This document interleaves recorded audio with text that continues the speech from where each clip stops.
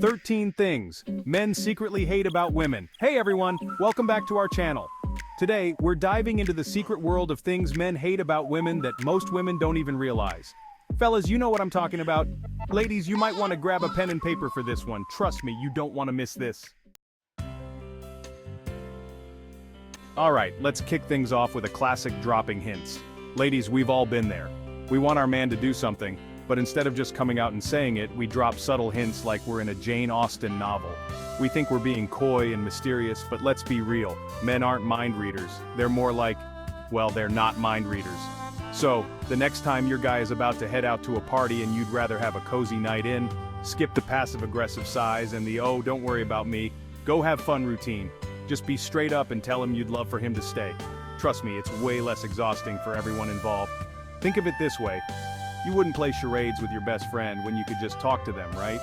Communication is key, ladies. It's the key to a happy relationship and a less confusing life for the dudes in our lives.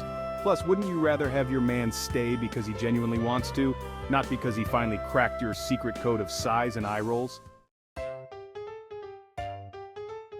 Okay, this one might seem a little silly, but trust me, it's a big deal for the guys.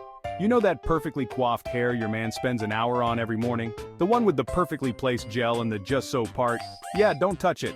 I know, it's tempting. It's like a force of nature draws our hands to perfectly styled hair, just to mess it up a little. Maybe it's a playful ruffle or a full-on hair ruin, but whatever it is, resist the urge. For men, their hair is like their crown. It's their pride and joy.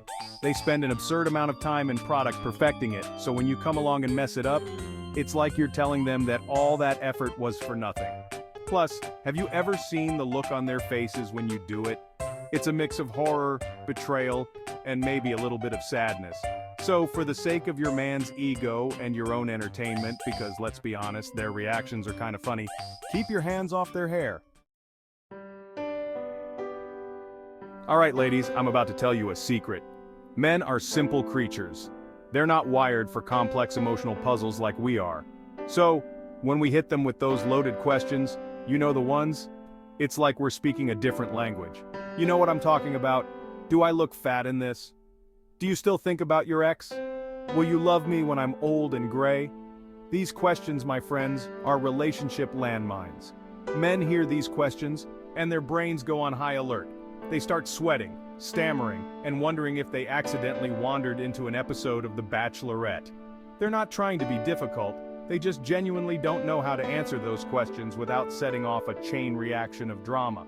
So, instead of putting your man through the ringer, try a different approach.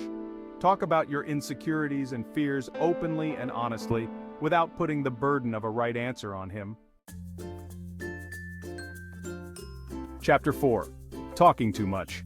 I'm going to go out on a limb here and say that women in general like to talk. We love to share our thoughts, feelings, and stories. It's how we connect and process the world around us. But here's the thing, guys, they're not always as enthusiastic about hearing every single detail of our day. I know it's hard to believe, right? But think about it. After a long day, sometimes the last thing anyone wants to do is listen to a play-by-play of the drama that unfolded at the office or the epic battle you had with the self-checkout line at the grocery store. Now, I'm not saying you should clam up and become a woman of mystery, but it's all about balance. Make sure you're giving your man a chance to talk too. Ask him about his day, listen to his stories, and engage in a two-way conversation. Trust me, he'll appreciate it, and you might even learn something new. Chapter 5. Giving orders all the time. Now, this isn't to say that women are bossy, but let's just say we have a certain way of doing things, and sometimes that involves, shall we say, delegating tasks to our significant others. But here's the thing about men, they don't like to be told what to do. It's like a primal instinct, like a bear defending its cubs or a cat refusing to be put in a costume. So, when we're constantly barking orders, even if we mean well, it can make them feel, well, less than. Like they're not our partner but our personal assistant. And nobody wants to be in a relationship with their assistant. Instead of giving direct orders, try a gentler approach. Ask for their opinion, involve them in the decision-making process, and make them feel like their input is valued. Remember, it's a partnership, not a dictatorship. Chapter 6. Complaining all the time. Okay ladies, we're all guilty of this one at some point. Life can be tough and it's easy to get caught up in a cycle of negativity. But here's the thing about complaining, it's like a black hole that sucks the joy out of everything, and it's especially draining for the people who have to listen to it all the time. Now, I'm not saying you should pretend everything is perfect all the time. It's healthy to vent and share your frustrations. But there's a difference between a healthy vent session and a constant stream of negativity. If you find yourself constantly complaining about the same things, try shifting your focus to the positive. What are you grateful for? What's going well in your life? Remember, happiness is a choice, and it's a lot more fun to be around someone who chooses to focus on the good. Chapter 7. Alright ladies, I get it. When we're into someone, we want to spend every waking moment with them. We want to know everything about their day, from what they had for breakfast to their deepest thoughts and desires. But here's the thing. Even the most loving relationships need space to breathe. Think of it like a plant. If you overwater it, the roots will rot and the plant will die. The same goes for relationships. If you're constantly checking in, questioning their every move and trying to control their every action, it's going to suffocate the relationship. Trust is the foundation of any healthy relationship. So, instead of clinging on for dear life, let go a little. Give your man the space he needs to be himself and trust that he'll come back to you. Chapter 8. Okay ladies, I love a good fairy tale as much as the next person, but let's be real. We're not living in a Disney movie. We don't need a knight in shining armor to rescue us from a dragon or save us from a wicked stepmother. Men are attracted to strong, independent women who can handle themselves. They don't want to be constantly rescuing us from every little problem or drama. They want a partner, an equal, someone who can hold their own. So ditch the damsel in distress act and embrace your inner warrior princess. You're capable, resourceful, and you don't need a man or anyone else to save you. Chapter 9. We've all been there. You're in the heat of an argument, things are getting heated, and then boom. You blurt out something from the past, something your partner did 5 years ago that you swore you'd moved on from. It's like throwing gasoline on a fire. It instantly escalates the situation and sends your partner into defensive mode. Suddenly, you're not arguing about the dishes or who forgot to pick up the dry cleaning. You're rehashing old wounds and dredging up past hurts. Here's the thing about the past. It's in the past for a reason. If you've forgiven your partner for something, let it go. Don't bring it up every time you have an argument. Chapter 10. Gossiping. Okay ladies, I know we like to talk. It's in our DNA. But there's a difference between harmless chit-chat and full-blown gossip. Gossiping is like junk food for the soul. It might be momentarily satisfying, but in the end, it leaves you feeling empty and a little bit gross. Men can sense when we're being gossipy, and it's not attractive. It makes us seem petty, insecure, and untrustworthy. And nobody wants to be in a relationship with someone who talks about them behind their back.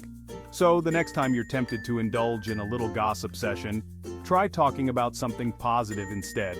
Compliment someone, share a funny story, or talk about your hopes and dreams. It's a much better use of your time and energy. Chapter 11. Faking. Alright ladies, let's be real, faking it helps no one. Whether it's faking an orgasm, faking your emotions, or faking your entire personality, it's exhausting and ultimately pointless. Men can sense when we're not being genuine, and it creates a disconnect in the relationship. They want to be with someone who's real, flaws and all. They want to know that we trust them enough to be vulnerable with them. So, ditch the act and embrace your authentic self. Let your freak flag fly, express your true feelings, and let your man see the real you. Trust me, it's a lot more liberating and it will make your relationship that much stronger. Chapter 12. Shopping. Okay, I'm going to tread carefully here because I know how much we love to shop. It's like therapy, a sport, and an art form all rolled into one. But here's the thing, men don't get it. They don't understand why we need 10 pairs of black shoes, a purse for every occasion, and enough clothes to clothe a small nation. To them, shopping is a necessary evil, something they endure to appease us. They'd rather be watching sports, playing video games, or doing literally anything else. So, the next time you're planning a marathon shopping spree, try to be mindful of your man's pain. Keep it short and sweet, involve him in the process, maybe let him pick out a new tie or two, and promise him a reward for his patience. Chapter 13. Being in a bad mood. We all have our bad days. It's normal to feel grumpy, irritable, or just plain over it sometimes. But there's a difference between having a bad day and living in a perpetual state of grumpiness. Men are simple creatures, remember? They don't always pick up on subtle cues or understand the complexities of our emotions. So, when we're constantly in a bad mood, it can be confusing and frustrating for them. Now, I'm not saying you should paste a fake smile on your face and pretend everything is peachy keen all the time, but if you're feeling down, try to communicate that to your man in a way he'll understand. Tell him what's bothering you, ask for a hug, or suggest a fun activity to lift your spirits. Outro. That's a wrap. Thanks for watching. If you enjoyed this video, make sure to give it a thumbs up, subscribe to our channel, and hit that notification bell so you never miss an update. Check out our other videos for more fun and insightful content. See you next time.